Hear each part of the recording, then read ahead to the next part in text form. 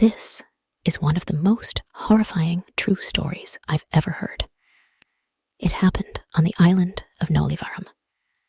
Late one night, 5 friends decided to ride down a narrow beachside road. It was quiet, surrounded by trees and shadows. As they entered the road, the air grew heavy, and an eerie silence fell over them. The first and third riders felt it. The hair on their necks stood on end. Then they saw it, a shadowy figure standing at the side of the road. They ignored it and drove past. But as they did, loud stomping echoed behind them.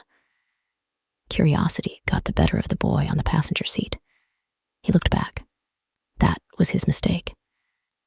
He saw the figure standing in the middle of the road. He tapped the driver, his voice trembling. "Look back." The driver did. And what they saw was beyond belief. The shadow grew taller, 8 feet tall. Its back was to them at first.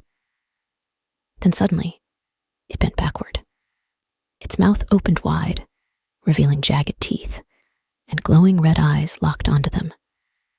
It started running. Fast. Bent backward and chasing them with deafening footsteps. The boys on the second and third bikes screamed, pressing their horns, urging the first rider to go faster.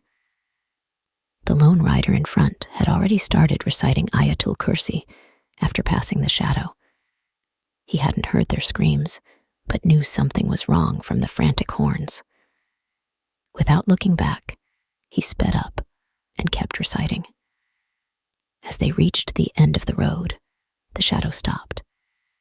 It stood there, its glowing red eyes burning through the darkness, watching them leave. Later, they asked an elder about what they saw. He told them the recitations had saved them.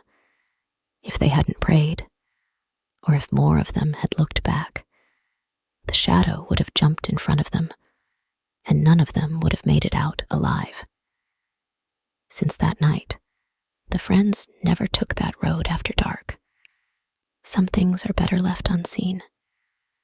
Would you dare to look back? Share this with someone who loves true horror stories, and follow me for more.